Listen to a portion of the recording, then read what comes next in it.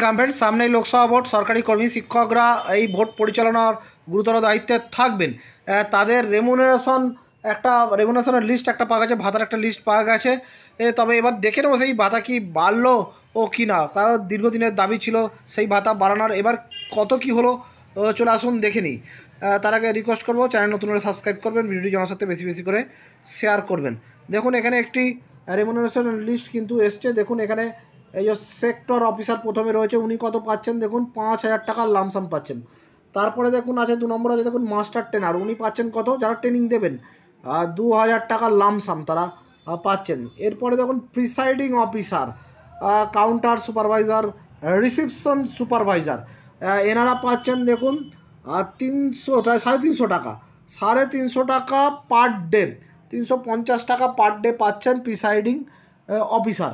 তারপরে সবথেকে সংখ্যায় বেশি যেটা হচ্ছে সেটা হচ্ছে পোলিং অফিসার, যারা আছেন ফার্স্ট পোলিং, সেকেন্ড পোলিং, যারা আছেন থার্ড পোলিং, তারা কত পাচ্ছেন এখানে দেখুন। তার সঙ্গে রয়েছে কাউন্টিং অ্যাসিস্ট্যান্ট রয়েছেন, রিসিপশন অ্যাসিস্ট্যান্ট রয়েছে, এনারা পাচ্ছেন 250 টাকা পার ডে, মানে প্রত্যেক দিনের জন্য 250 টাকা। যদি 4 দিন ডিউটি হয় 4-250, 1000 টাকা। এবারে তারপর ক্লাস 4 MTS ওনারা পাচ্ছেন হচ্ছে 200 টাকা পার ডে।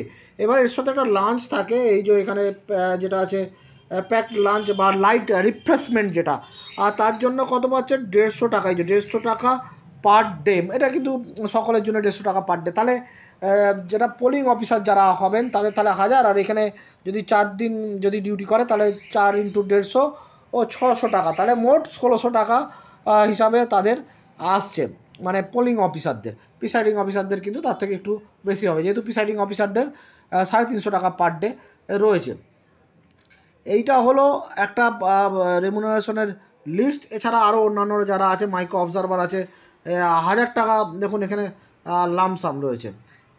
আর রয়েছে অ্যাসিস্ট্যান্ট এক্সপেন্ডিচার অবজারভার 7,500 টাকা লামসাম রয়েছে। কিন্তু পোলিং অফিসার আর প্রিসাইডিং অফিসার, যেটা সবথেকে লক্ষণীয় ব্যাপার, তাদের ভাতা কিন্তু যেটা দাবি ছিল বাড়েনি, একই তাদের রয়েছে।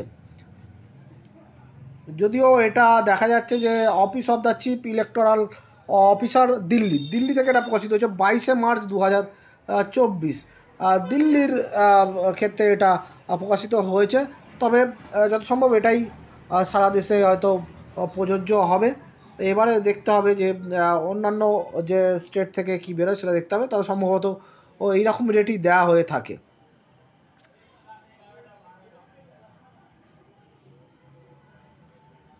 ধন্যবাদ।